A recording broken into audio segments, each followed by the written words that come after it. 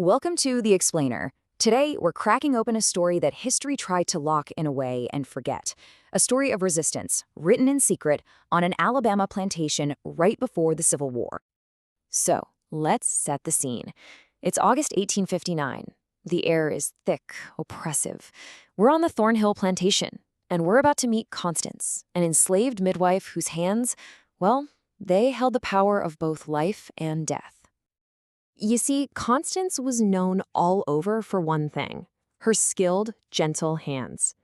In a world defined by bondage, she was the person who brought new life into it. She was this beacon of knowledge in some of the darkest places you can imagine. But on this one night, she was facing something that seemed almost impossible. A young girl, Clara, is going through a breech birth, a really dangerous complication that could easily kill both her and the baby. And the alternative? A white doctor everyone called the butcher. So yeah, failure was just not an option. Using the knowledge passed down from her own mother, Constance performs this delicate procedure with her iron scissors, and against all odds, she saves both lives.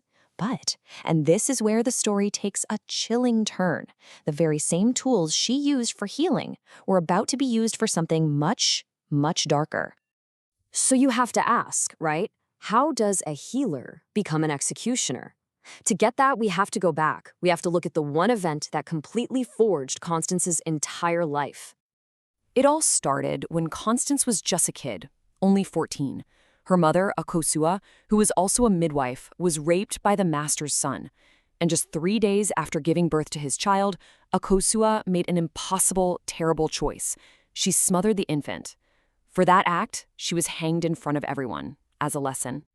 Being forced to watch her mother die taught Constance a lesson, all right? But it wasn't the one the master intended. She learned that even when a system is designed to strip every single thing from you, there is one thing they can't take: the choice to refuse. So while she was washing her mother's body, getting her ready for burial, Constance made a vow, a silent one, just to herself. She would not break. She would survive. And one day, she would find her own way to fight back. So years go by. And that promise, the one made in silence and grief, is about to erupt into terrifying action. Constance basically steps into her mother's role. She builds this reputation for being incredibly competent and discreet. She's trusted, she travels between plantations delivering babies, and her hands are known for one thing and one thing only: healing. But then one night, it happens. She's at a birth, and this notoriously cruel overseer, a guy named Garrett, corners her. He's heard about her, and he assumes she's just another piece of property he can use however he wants. He was so wrong.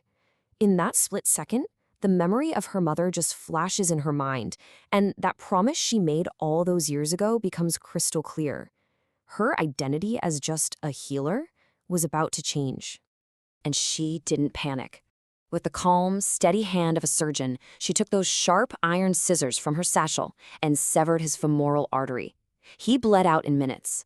Then she carefully, methodically staged the whole scene to look like he'd been drunk and fell. And you know what? The death was ruled an accident. Nobody ever suspected the quiet midwife.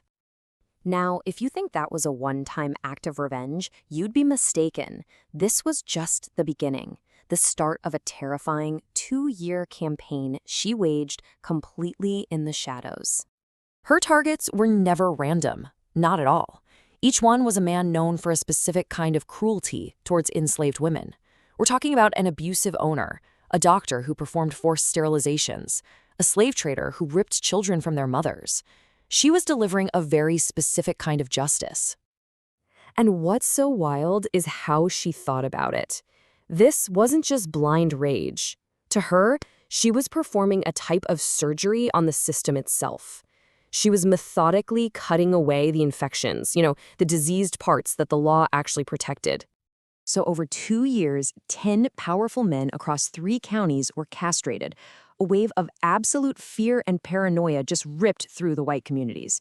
They had no idea who or what was doing this. But, a secret war can't last forever. Patrols are increasing, a new overseer is getting suspicious, and Constance knew her time was running out. But she had one last surgery to perform, one final debt to collect. She went all the way back to the beginning. Her final target was William Thornhill, the master's son, the man who had raped her mother all those years ago and set her entire life down this violent path.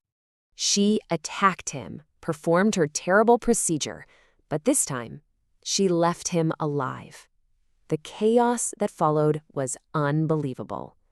Constance was questioned, of course, but her planning was just too good. They had nothing but suspicion. And this is where you get two completely different histories. The official record, it says she fled and drowned in the swamp, a failure. But the story that was whispered among the enslaved, well, that was about a ghost who served justice and then vanished like smoke. A legend. But what really happened? The truth is actually more amazing than the legend. Constance didn't die. She navigated the swamps, made her way all the way to New Orleans, and lived the rest of her life as a free woman under a new name. She died at 73, and when she was on her deathbed, they asked if she had any regrets. Her answer was a quiet, firm no. Constance's story really forces us to wrestle with an uncomfortable question. Her methods were brutal, no doubt about it, but they were a response to a system that was itself unimaginably brutal. It's a reminder that some histories are written in ways the official record will never approve of, but that memory will never, ever forget.